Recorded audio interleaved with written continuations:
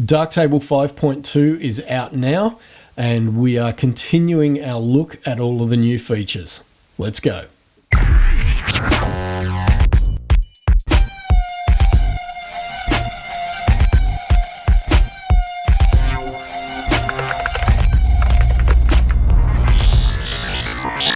Hi, and welcome to episode 158 of Understanding Darktable. The last two big ones are Sigmoid is now the default tone mapper. So if you go to Preferences and Processing, Auto Apply Pixel Workflow Defaults, you will see the default is now Scene Referred Sigmoid. It used to be Filmic.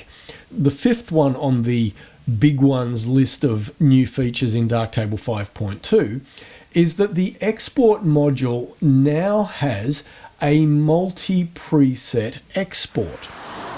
So what that means is if you have saved multiple export presets, you can select as many of those as you like from the multi-preset export drop-down list and select an image or a bunch of images and export all of them in all of the different versions in one go. So it might be that you're creating low-res and high-res graphics for a website.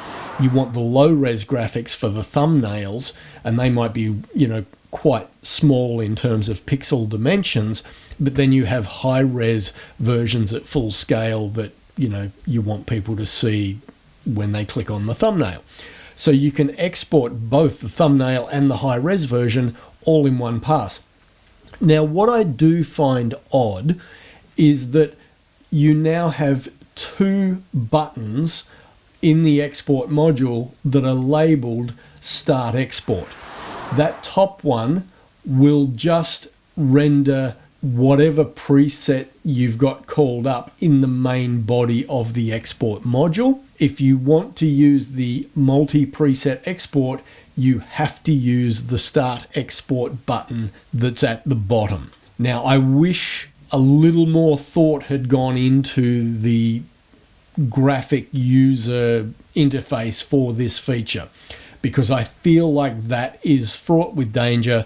There are going to be people who are going to go, oh, I clicked on the Start Export button here, but I didn't get the multi-export thing happening. Now, yeah, you should be able to see that there is a second button there, but I just think it's a poor design to have two buttons that say Start Export.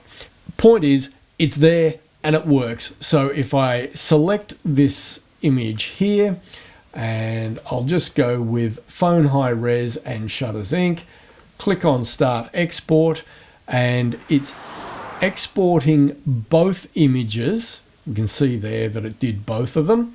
And if I now jump over to my file manager, go to my pictures folder, Shutters Inc., there's the Shutters Inc. render of that image. And if I go to my phone folder, there's my phone render of that image. So it rendered both versions in one go. Pretty cool. I don't imagine myself having a lot of use for that, but it'll be handy when you do actually want to render multiple versions of either a single image or a multitude of images, and to be able to just do it all in one go. That's fantastic. Love it. All right, I will leave it there. Questions, comments, sing out down below, and I'll catch you in the next one.